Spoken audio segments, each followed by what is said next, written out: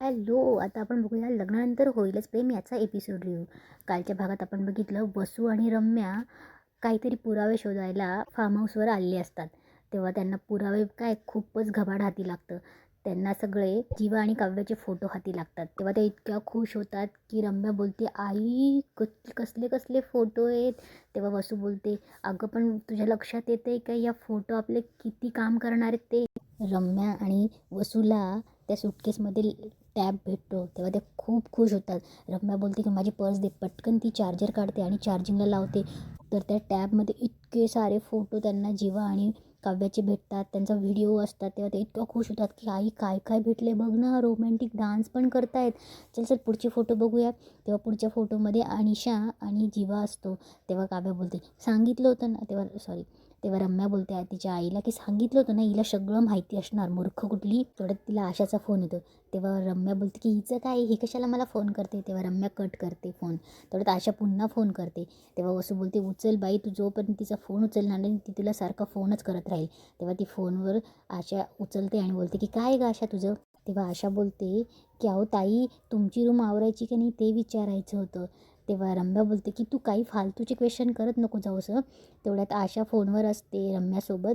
तेवढ्यात मानिनीचे शब्द तिच्या कानावर पडतात की मानिनी बोलते की अरे काय तुम्ही कुरुकला न जाता तुम्ही आता काही फार्म हाऊसवर जात आहेत. तेव्हा रम्या थोडीशी सावध होते आणि आशाला बोलते की आशाताई, मामी काहीतरी बोलत आहेत, कोणाशी बोलत आहेत. तेव्हा आशा बोलते ते जीवादादांशी. तेव्हा ते काहीतरी फार्म हाऊसबद्दल बोलत आहेत अशी रम्या विचारते.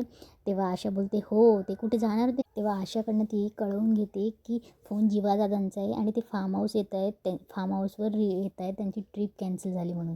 तेव्हा रम्या पटकन बाय करून देते. तिकडे मानिनी जीवाला विचारत असते की अरे कुठे फार्म हाऊसवर का ट्रिप जात आहेत आणि कुठेपर्यंत आला आहे तुम्ही. तेव्हा जीवा बोलतो की अगं आई, हे काय राईट टर्न घेतला की आलंच पनवेलच्या फार्म हाऊसवर. इकडे रम्या खूप घामेघाम होते. तेव्हा वसू बोलते अगं काय झालं.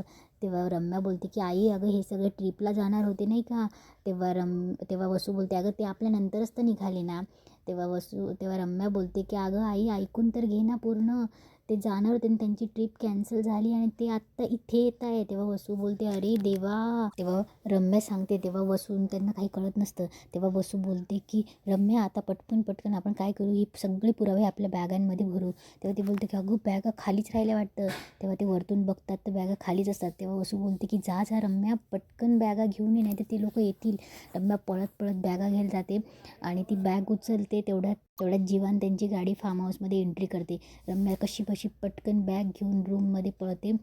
तेव्हा जीवान ते येतात. जीवान ते गाडी तिथे लावतात आणि बॅगा काढत असतात.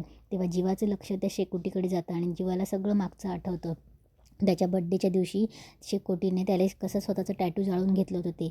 तेवढ्यात काव्या त्याच्याकडे बघत असते की जीवाला आठवतं आहे म्हणून. तेव्हा काव्या, नंदिनी आणि पार्थ बॅग काढत असतात. काव्या हळू जीवाकडे जाते, त्याच्या खांद्यावर हात ठेवते आणि तिला दिलासा देत बोलते की सगळं बाजूला राहू दे, असं तिचं सांगण्याचा प्रयत्न असतो. तेव्हा काव्या त्याला डोळ्यांनी शांत करते. तेव्हा जीवाही सावरतो.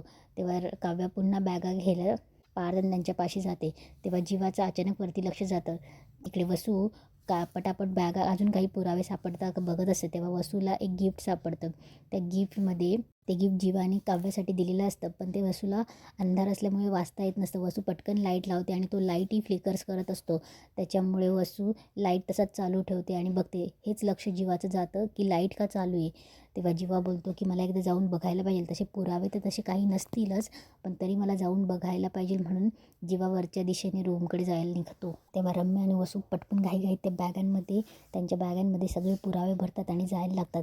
तेव्हा जीवा वरती येत असतो. नंदिनी आवाज देते की जीवा. तेव्हा जीवा बोलतो की आलो आलो 2 मिनिटात. तेव्हा वसू आवाज ऐकते आणि बोलते की रम्या आवर पटकन, बहुतेक जीवा वरच्या रूमकडे येतोय. तेव्हा रम्यान ते पटापट आवडतात. रम्यान ते निघायला लागतात. जीवा वरती येत असतो. निघता तिचं रम्याच्या बॅगेचं चाक नेमकं एका टेबलच्या तिथे अडकतं. रम्या काढण्याचा प्रयत्न करते आणि ते चाकच तुटतं. तशीच रम्या कशी बशी ते चाकही उचलते आणि ती बॅगही उचलते आणि त्या दोघी निघायला लागतात. जीवा येतच असतो. तेवढ्यात रम्याच्या हातून ते चाक खाली पडतं आणि पायऱ्यांवरून घरंगळत खाली जातं. जीवा ती चाक बघतो आणि बोलतो की हे घरंगळत खाली कसं आलं. तेव्हा जीवाला काहीतरी शंका येते आणि तो जोरात बोलतो कोण आहे. तेव्हा जीवा वरती यायला लागतो तेवढा तो वरच्या एका रूममध्ये जातो बघायला. रम्या बघते, रम्या वरती निघून जाते. वरती रम्या आणि वसू. रम्या गुपचूप बघते जीवा दुसऱ्या खोलीत गेला आहे म्हणून. रम्या पटकन वसूला सांगते की चल. तेव्हा ते पटकन दोघी पायऱ्या उतरून खाली निघून जातात.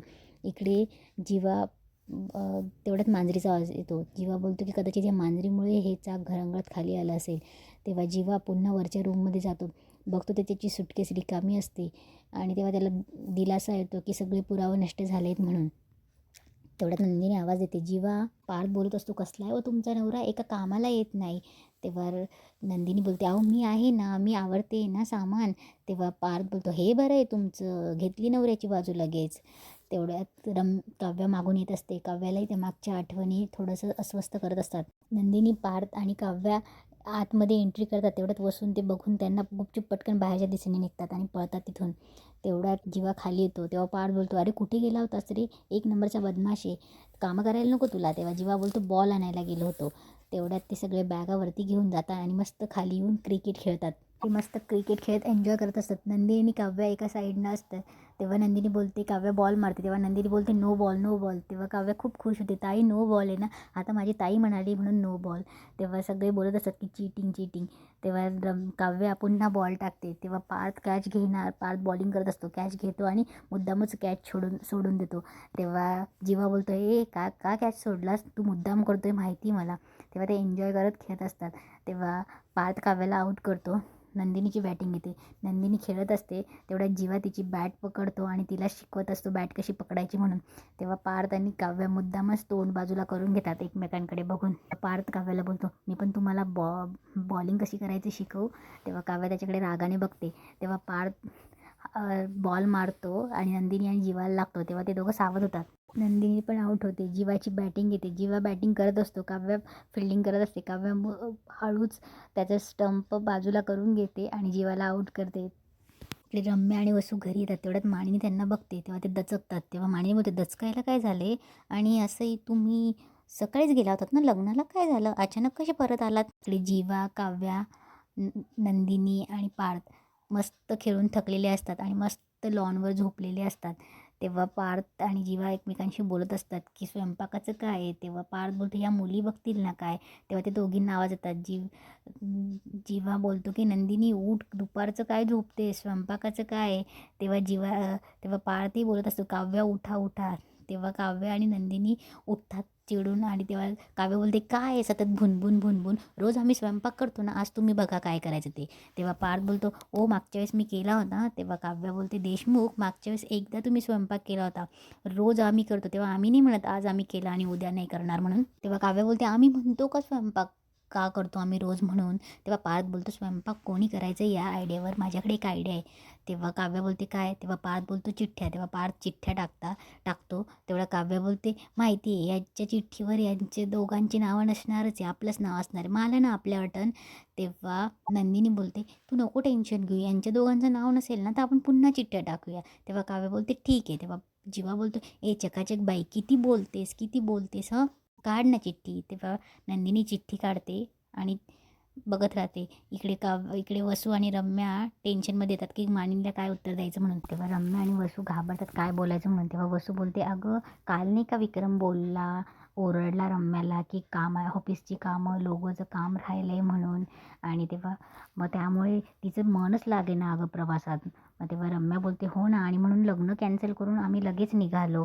आणि जीवाही ऑफिसमध्ये किती प्रगती करतोय, पार्थही. आणि मग मला पण कुठेतरी वाटतं ना माझं काही इम्प्रूव्हमेंट होतच नाही आहे, म्हणून निघून आलो आम्ही लग्न कॅन्सल करून. तेव्हा ते दोघी बोलतात की चल चल. तेव्हा मानिनी बोलते की अच्छा म्हणजे काल तुम्ही एवढ्या हट्ट्याने लग्नासाठी जाण्यासाठी गेला होता आणि आज लगेच उपरती झाली. तेव्हा मानिनी बोलते काल काय तुम्ही एवढं गेलं आणि आज तुम्हाला गिल्ट वाटलं आणि म्हणून परत आल्या का, काय खरं बोलताय काय खोटं बोलताय कळतच नाही. तेव्हा वसू बोलते अगं खोटं कशाला, खरंच बोलतोय आम्ही, चल चल रम्या काम कर. तेव्हा मानिनी बोलते की मी याच्यासाठी फोन केला होता, याच्यासाठी मी तुम्हाला विचारते की दुपारच्या जेवणाचं मला माहीत नव्हतं ना तुम्ही अचानक येणार आहे. मी आशासाठी आणि माझ्यासाठी ऑर्डर केलं आहे, तुम्ही तुमचं आता. तेव्हा वसू बोलते, नाही नाही अगं तू जेव, आम्हाला भूकच नाही, आमचं पोट भरलं. त्या दोघी एकमेकांकडे बघून हसतात आणि निघतात. तेव्हा मानिनी त्यांच्याकडे बघत असते की कशाने यांचं पोट भरले काय माहिती. तेव्हा मानिनी रम्याची बॅग बघते आणि बोलते की अशी चाक तुटलेली बॅग घेऊन गेली होती. आणि इथेच आजचा एपिसोड संपतो.